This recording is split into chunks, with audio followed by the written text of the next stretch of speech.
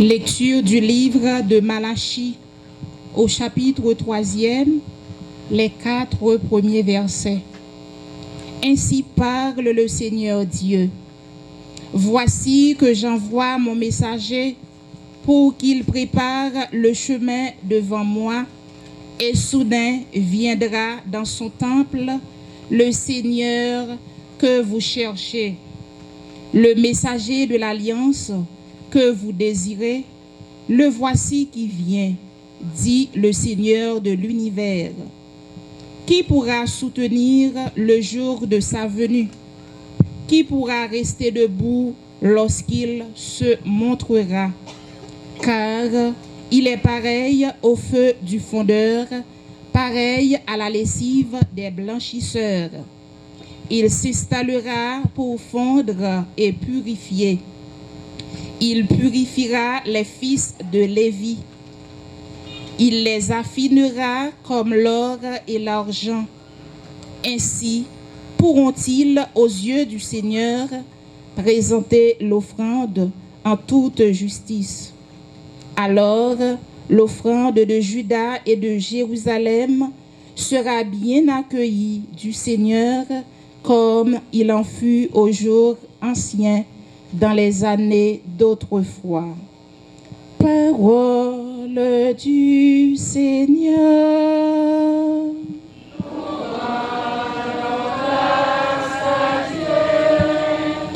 Gloire au Messie de Dieu, gloire à l'envoyé du Seigneur.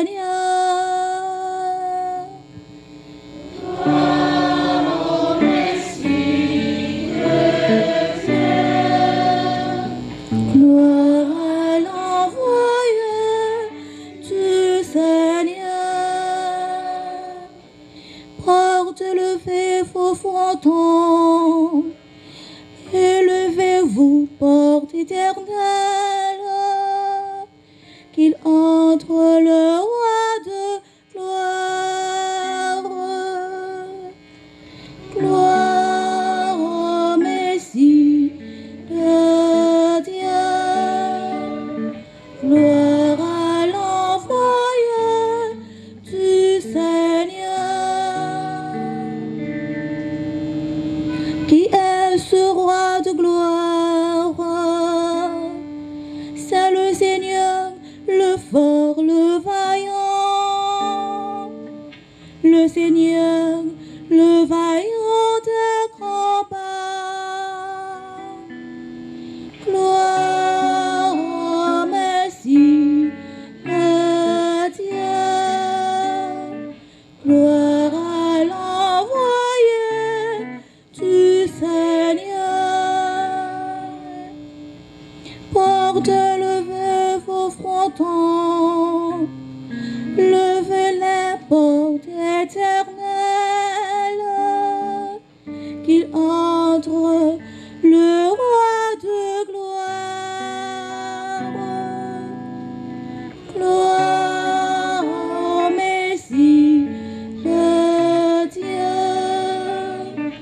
gloire à l'envoyé du Seigneur. Porte, levez vos frontons, levez les portes éternelles, qu'il entre le roi de gloire. Gloire au Messie de Dieu, gloire à l'envoyé du Seigneur. Qui donc est ce roi de gloire? C'est le Seigneur, Dieu de l'univers. C'est lui, le roi de gloire. Gloire au Messie de Dieu, gloire à l'envoyé du Seigneur. Gloire au Messie de gloire à l'envoyé du Seigneur. Lecture de la deuxième lettre aux Hébreux, au chapitre 2, les versets 14 à 18.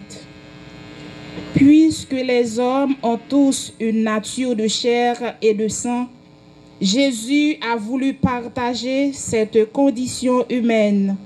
Ainsi, par sa mort, il a pu réduire à l'impuissance celui qui possédait le pouvoir de la mort, c'est-à-dire le diable.